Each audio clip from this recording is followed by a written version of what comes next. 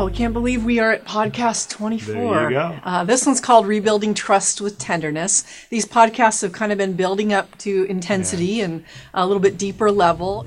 Quiet on the set. Lights. Camera. Action. Roll camera.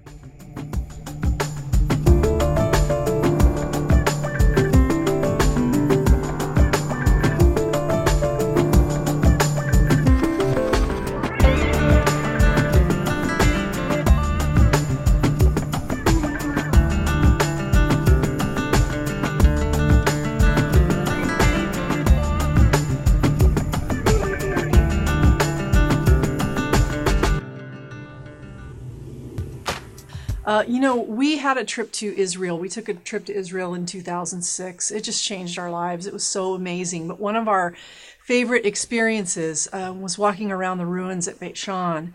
And we realized it was a lot like what happened after our first marriage. I mean, everything was pretty much blown apart.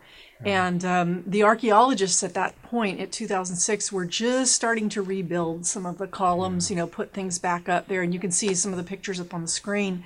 It was an amazing thing to watch. But we realized that we could learn a lot if we use that analogy of archaeology. Because one of the things that they taught us, the tour guide taught us, is that there were tells, these funny shaped hills, I guess you'd call them. It's called a tell, like Tel Aviv.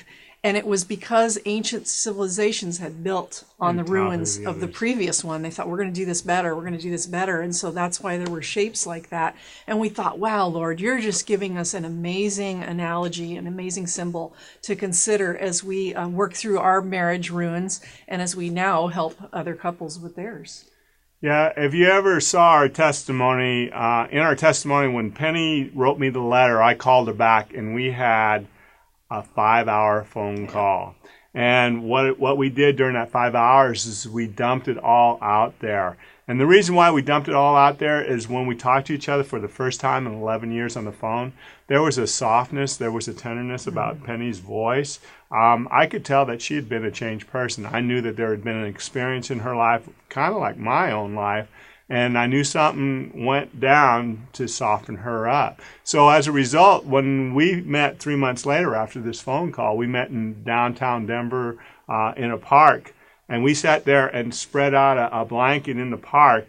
And we spread out all our journals and talked to each other about all these things that we never revealed to each other the first time we were married. And the thing about it is that we were very tender towards each other. I mean, there was some really, I guess what you want to say, darkness in our past. And it would have been easy for one or the other person to rip the other person for not revealing that to us way back then. But we had a tenderness towards each other. Right. And that's the way God expects us to handle these areas. What we see is ruin, He sees as treasure, because of Christ's reconciling work on the cross. So what we're saying here is just part of this whole thing about, being tender and rebuilding trust with tenderness is you have to acknowledge the ruin. Yes. And you have to ask God's help, with it. And you don't go into this whole thing like with a backhoe. If you've ever seen an archaeologist work, the more precious the treasure, they're going in with tiny tools and they're little